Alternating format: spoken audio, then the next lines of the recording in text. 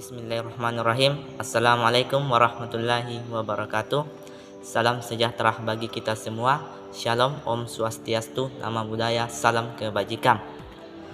Baiklah, sebelumnya saya atas nama Armin Fahri M dari Prodi Ilmu Politik kelas B dengan NIM F0121545, Fakultas Ilmu Sosial dan Ilmu Politik Universitas Sulawesi Barat.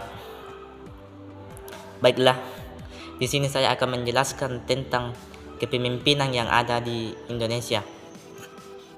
Sepanjang sejarah perjalanan negara Indonesia dari masa pasca kemerdekaan hingga Orde Reformasi meninggalkan catatan-catatan yang cukup menarik untuk kita kaji bersama. Seiring dengan perkembangan tata kepemimpinan negara dalam pemerintahan periode ke periode kepresidenan, setiap pemimpin negara tersebut memiliki ciri khas dan gaya kepemimpinannya masing-masing yang sangat berbeda satu sama lain. Suatu negara tertentu dengan sistem pemerintahan tertentu ternyata mampu mengekspresikan pemerintahan atau kebijakan maupun realita politik-politik yang sama sekali berbeda, terkadang menyimpang bahkan bertentangan dengan tata dan sistem ideal. Pemimpin merupakan salah satu unsur yang sangat penting dalam mempengaruhi suatu kegiatan, karena kepemimpinan mempengaruhi perilaku orang lain dalam situasi tertentu agar dia bersedia bekerja sama dalam mencapai tujuan yang telah ditetapkan. Pada masa Orde Lama terjadi perubahan sistem pemerintahan dari presidensial menjadi sistem pemerintahan parlementer dan kembali lagi ke Undang-Undang Dasar 1945. Baiklah, pada kepemimpinan itu ada beberapa fungsi kepemimpinan. Yang pertama, memimpin atau leading adalah di mana seorang pemimpin harus bisa berkomunikasi dan memotivasi anggotanya untuk bekerja sama dalam mencapai tujuan bersama.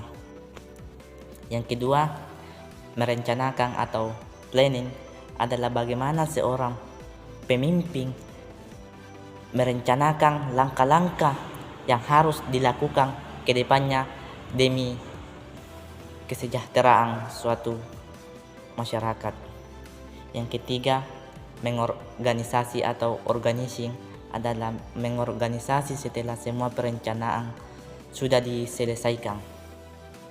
Yang ketiga, menyusun staf atau kepegawaian adalah seorang pemimpin harus bertugas untuk melakukan penyusunan terhadap anggota pegawainya. Yang terakhir, kelima adalah mengendalikan atau controlling. Seorang pemimpin tak hanya memimpin di kantor atau perusahaan, tapi seorang pemimpin juga harus bisa mengendalikan kontrol atau pengawasan dalam bidang pekerjaannya seperti kantor atau perusahaan. Karena saat ini banyak para pemimpin di Indonesia yang terjerat kasus korupsi karena beberapa faktor. Salah satunya faktor yang pertama adalah balas jasa, penyuapan atau memberikan sebuah janji kepada pihak lain dalam konteks ingin mempertahankan jabatannya, sehingga seorang pemimpin atau organisasi di Indonesia seolah terbuai dengan berkembangnya suatu zaman, karena di mana saat ini banyak seorang pemimpin yang terjerat kasus korupsi dan menyengsarakan seorang yang dipimpin tersebut. Jadi kesimpulannya, jadi marilah kita bersama-sama sebagai generasi muda untuk memilih pemimpin yang baik untuk memimpin suatu negara atau perusahaan, agar kita semuanya menjadi sejahtera dan damai dan bisa meningkatkan kemajuan suatu negara. Baiklah, demikianlah tadi penjelasan saya mengenai tentang kepemimpinan. Apabila ada kata dan kurang mengenai dari penjelasan saya, mohon dimaafkan. Wabillahi taufiq walhidayah. Assalamualaikum warahmatullahi wabarakatuh.